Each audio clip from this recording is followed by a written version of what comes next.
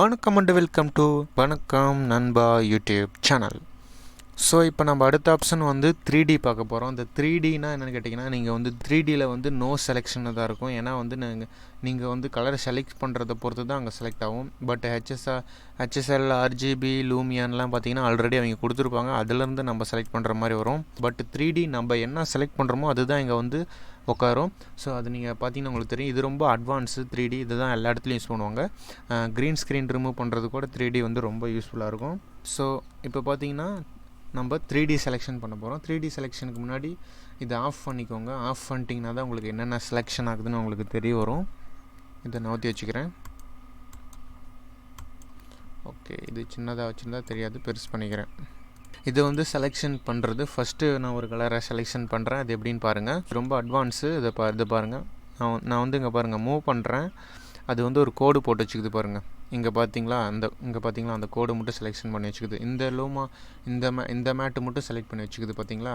இப்போ நான் இதை வச்சுக்கிறேன். எனக்கு இந்த கலர் மட்டும் பர்ஃபெக்டாக எனக்கு தெரியும். இப்போ நான் ஆஃப் பண்ணிக்கிறேன்.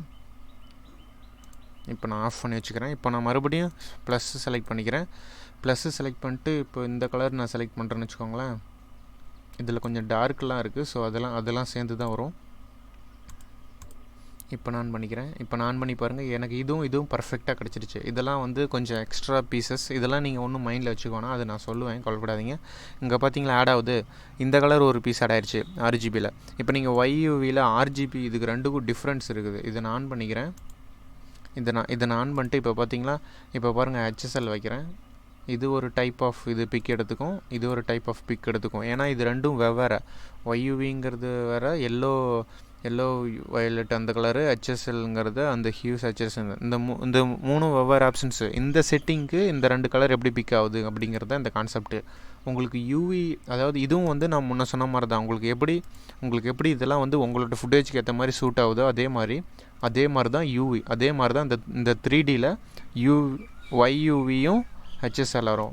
YUVயில் உங்களுக்கு கரெக்டாக பிக் ஆச்சுன்னா அதை யூஸ் பண்ணிக்கோங்க. HSL செலக்ட் ஆச்சுன்னா அது யூஸ் பண்ணிக்கோங்க. எனக்கு YUV ஓகேன்னு நினைக்கிறேன். இந்த ஃபுட்டேஜுக்கு ஓகே. இப்போ நான் இப்போ இதை ஆஃப் பண்ணிக்கிறேன். இப்போ நான் இந்த க்ரீனை செலக்ட் பண்ணுறேன்.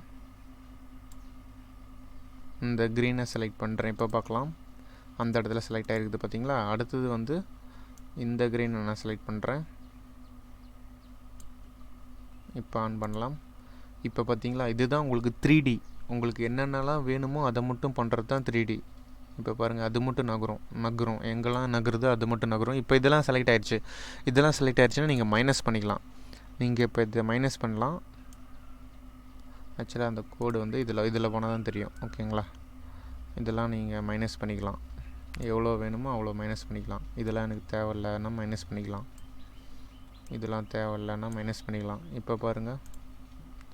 இப்போ பார்த்தீங்களா, உங்களுக்கு ஆக்சுவலாக இது காம்பினேஷன் ஆஃப் இதில் வந்து தான் செலக்ட் ஆகும். ஸோ நீங்கள் இதில் வந்து ஹை கலர், இதிலோட மிக்சடு கலர் இதில் வந்து அதிகமாகுது அப்படின்னு நீங்கள் ஃபீல் பண்ணிங்கன்னா நீங்கள் அதை வந்து ஆஃப் பண்ணிவிட்டு மறுபடியும் வேறு பிக் பண்ணிக்கலாம், வேறு செலெக்ஷன் பிக் பண்ணிக்கலாம். ஸோ இதெல்லாம் வந்து 3D நீங்கள் இதை அண்டர்ஸ்டாண்ட் பண்ணணுன்னு தான் இதெல்லாம் கொடுத்துருக்குறேன். வேணால் இதை டெலீட் பண்ணிக்கலாம், தேவைங்கிறத மட்டும் வச்சுக்கலாம். ஸோ இதை மைண்டில் வச்சுக்கோங்க. இதை வச்சு தான் க்ரீன் ஸ்க்ரீன் ரிமூவ்லாம் பண்ண முடியும். அதாவது இது தனியாக நீங்கள் ஒரு இது பண்ண முடியாது.